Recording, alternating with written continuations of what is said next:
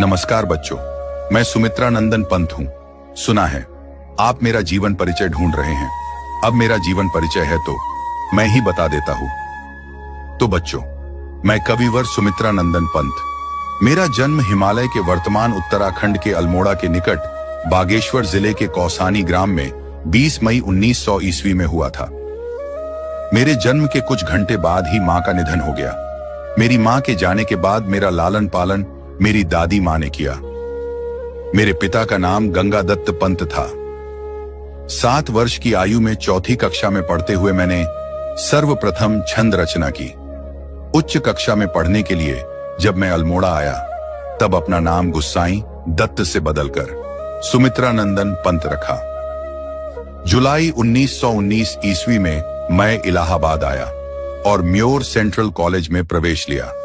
लेकिन 1921 ईस्वी में महात्मा गांधी के आह्वान पर मैंने कॉलेज छोड़ दिया और अपने कोमल स्वभाव के कारण सत्याग्रह में सम्मिलित नहीं हुआ और साहित्य साधना में संलग्न हो गया। सन 1931 ईस्वी में मैं कालाकांग कर चला गया। वहां मैंने मार्क्सवाद का अध्ययन किया और फिर प्रयाग आकर प्रगतिशील विचारों की पत्रिका रूपाभा निकाला। सन 1942 ईस्वी में मैंने भारत छोड़ो आंदोलन से प्रेरित होकर लोकायतन नामक सांस्कृतिक पीठ की योजना बनाई।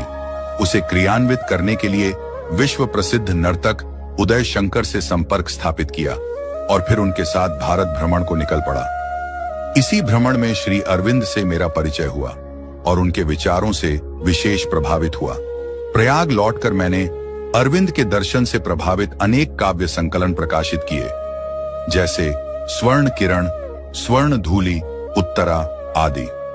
सन 1950 ईस्वी में मैं आकाशवाणी से संबद्ध हुआ और प्रयाग में रहकर स्वच्छंद रूप से साहित्य सृजन करता रहा।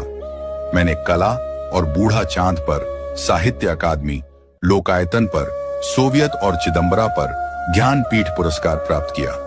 सन 1977 ईस्वी में मेरा निधन हो